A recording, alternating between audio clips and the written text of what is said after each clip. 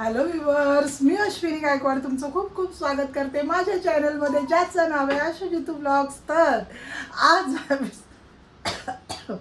जरासा खोकला झालाय हो.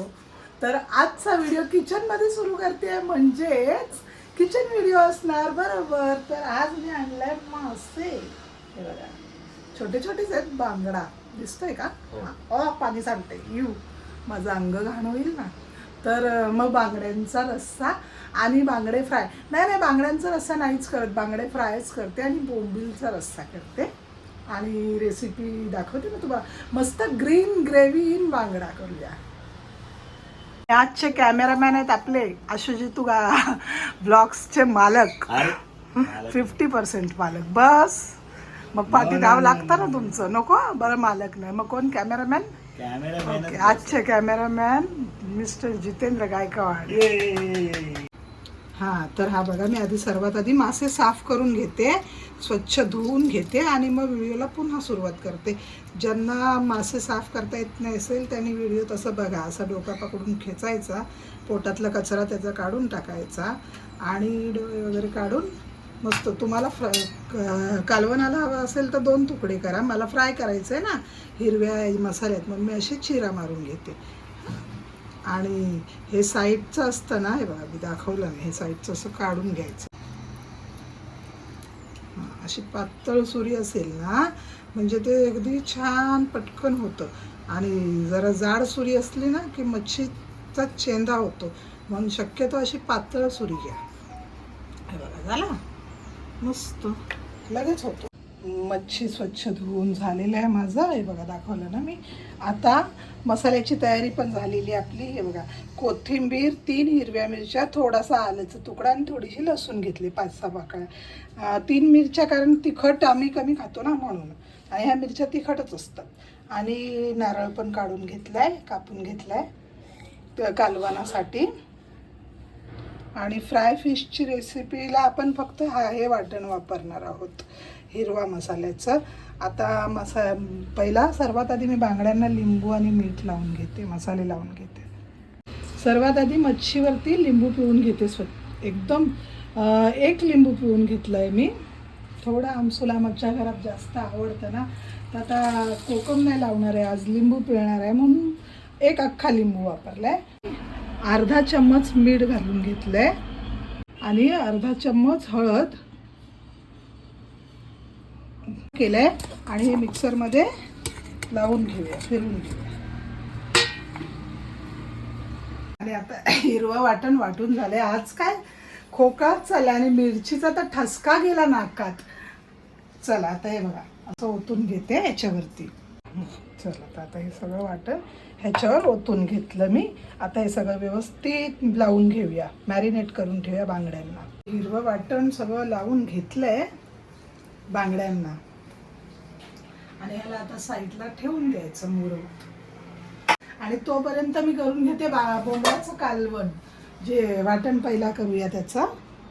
वाटण वाटून झालंय. आता ह्याच्यातच 1 चम्मच अद्रक लसूणची पेस्ट टाकते आणि 1च हिरवी मिरची घालणार आहे, कारण कालवणात मी लाल मसाला पण वापरणार ना म्हणून. कोथिंबीर नाही घातली, आता कालवण झाल्यावर टाकेन. आणि टोमॅटो पण मी ह्या वाटणातच टाकणार आहे. चला आता पुन्हा हे फिरवून घेते. वाटून झालंय माझं. आता गॅस चालू करूया. कढई चढवली, चला गॅस चालू केली. आता 1 चम्मच तेल. तुम्हाला तर माहिती आहे मी तेल खूप कमी वापरते जेवणात नेहमीसारखं, म्हणून मी आता पण 1च चम्मच तेल वापरणार. करून तेल अजून तापलं नाही. तेल तापलं की कढीपत्ता आपोआप मस्त तडकेल.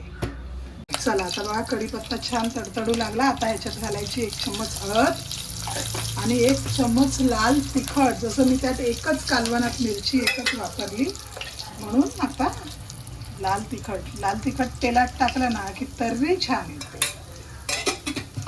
असं मस्त लाल घालून असं मिक्स करून घ्यायचं. वाव. आणि मग घालायचं हे वाटण. हे छान परतून घ्यायचं अगदी तेल सुटेपर्यंत. आणि 1 चम्मच मीठ घालून घेते.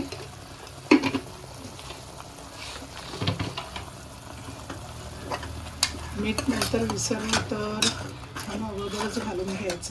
हां चला आता हे बघा मसाला छान परतून झाला आहे, पाणी सुकलं आहे. आता मी ह्याच्यात ना पाणी पहिला घालून उकळून घेणार आहे. बोंबील लास्टला घालायचे कारण बोंबील तुटतात ना लगेच म्हणून. तर आता मसाला परतून झाला आहे छान. आता ह्याच्यात पाणी घालते. मिक्सरमधलंच पाणी घालायचं कारण मिक्सरमध्ये साईडला मसाला राहिलेला असतो आपला. जितकं पाहिजे तितकं पाणी घालायचं अंदाजाने. आता आम्हाला इतकं कालवण पुरे आहे म्हणून मी इतकंच पाणी घातलं. हां हे आमसूल थोडंसंच घालते. तर आता दुसऱ्याकडे इकडे कालवण शिजतंय. हे बघा इथे कालवणाला उकळी आली आहे, मस्त शिजू द्या. तोपर्यंत मी इकडे तवा ठेवला. मच्छी अजून घातलंय नाही कालवणात, फक्त उकळून घेते आधी.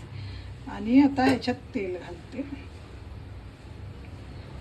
आता मी बांगडे फ्राय करायला घातले. बघा इकडे तांदळाचं पीठ लावून घेतलंय त्याला. या पेपरमध्ये तांदळाचं पीठ घेतलंय आणि तांदळाचं पीठ लावून मस्त बांगडे फ्राय करून घेतले.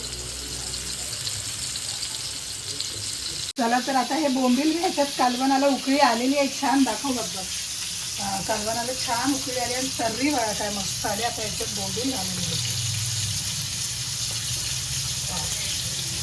आणि लगेच आपल्याला 2-5 मिनिटं उकळायचं आणि गॅस बंद करायचा. हे बांगडे असे आलटून पालटून छान दोन्हीकडून फ्राय करून घ्यायचे. आज मधला जरा जास्त शिजतो ना, मग मधल्याला आता पाटी टाकायची आणि पाटची आता पुढे घ्यायची. असं आलटून पालटून घ्यायचे है ना.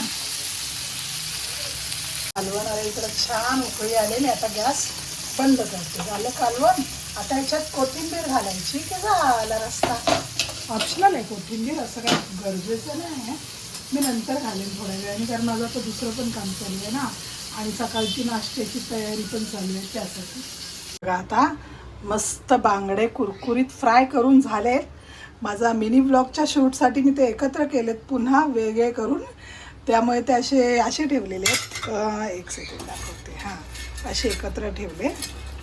चला तर मग आता झालं माझं स्वयंपाक. मस्त झणझणीत हिरव्या मसाल्यात फ्राय केलेले बांगडे पण तयार झाले आणि बोंबलाचं कालवण पण झालं तयार.